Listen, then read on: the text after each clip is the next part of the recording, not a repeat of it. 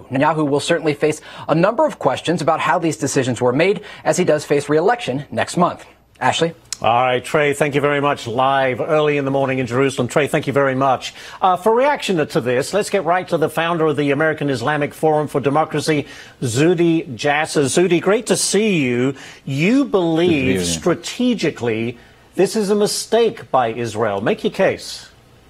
Yeah, I have to tell you, there's no doubt, there's none of the arguments I disagree with, which is the BDS movement is oppressive. It denies the existence of Israel. It's radical. They consort with some of the most radical groups globally. Her agenda was disingenuous. You saw it was called a Codel to Palestine, was not called Israel.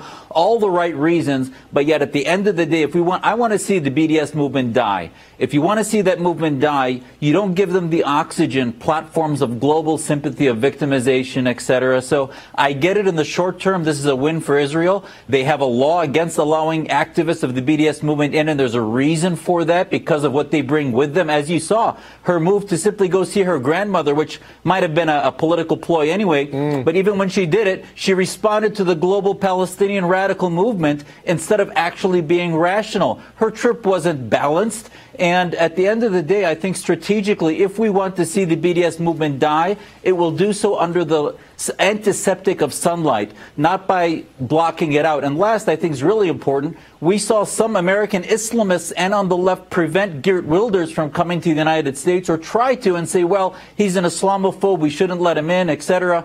Well, they can't have it both ways. They can't in this country say we don't want anti-Muslim speakers coming in 2015, and then 4 years later say, well, we should be allowed, the anti-Semites on the left should be allowed to go into Israel. That's hypocritical. Yeah, but didn't President Obama deny entry of Michael Ben-Ari, the extreme right-wing lawmaker out of Israel? He did exactly the same thing. Well, I disagree with that. I'm all for free speech. I don't believe that we should. In America, we don't have hate speech laws to start with like the Europeans do. So I disagree with trying to defeat bad ideas by barring their expression. I think you defeat it with good ideas, and you defeat the BDS movement by exposing it for the radicalism and showing how if they had an ability to be there, you would show in the Israeli media, etc., how radical Tlaib and Omar really are. Well, and what's interesting to me, and you brought it up, is that Congresswoman Tlaib made a lot about wanting to visit with her grandmother. It may be her last time, her last opportunity to meet with her. Israel turns around and says, all right, on a humanitarian basis, we will allow that. And then she turns around, to your point, succumbing to the pressure from Palestinians and basically ditches her grandmother. And I have to tell you, I almost rethought my position on that they should have been let in, meaning that maybe some of us who thought they were going to learn about the situation were being duped, and it turned out this is all political ploys. When they see an opportunity, like her grandma, she'll use it and then turn around and say, oh, wait, I didn't mean that, because it doesn't feed the global movement. So there's a lot of disingenuousness. Omar campaigned in Minnesota on saying she would not be with the BDS movement, and now it turns out they presented legislation and they're attending a trip, or tried to, in Israel, which is basically all about the BDS movement. You know, Zuhdi, it's interesting. When I first heard this story and this news, I kind of agreed with you. I thought it was a mistake, giving them more of a platform than they really deserved.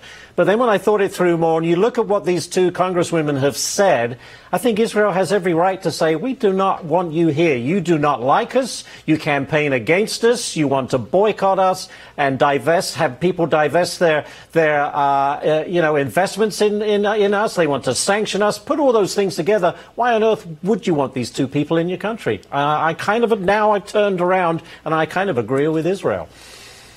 I think you're right. I'm getting there too. And you look at the agenda for the 2 or 3 days. You look at the movement itself has no endpoint other than the economic destruction of Israel. So we thought if they're representing their constituents, which is why many rational people on the right said, let them go, let them learn. Well, it turns out they weren't even looking to learn one thing. They wanted to use it as a platform for this movement supported by the Turkish Islamists, the Qatari Islamists, the Iranian Islamists. So they weren't really looking out for their constituents or for American interests and our ally Israel. So at the end of the day, 70 other Congress people visited, the freshmen visited Israel. They got a good trip. It was balanced. This trip was not about balance. And I think Israel, And I'm almost there with you, possibly do the right thing. All right. Well done, Zuhdi. We got you there in a short amount of time. Zuhdi Jasser, thank you so much, as always, Zuhdi, for joining us. We appreciate your thoughts on that story.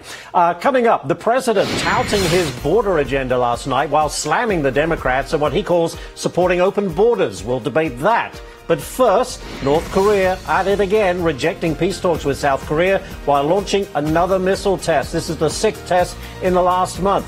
What does that mean for the nuke talks between President Trump and Kim Jong-un? We'll get into that as well. We'll be right back.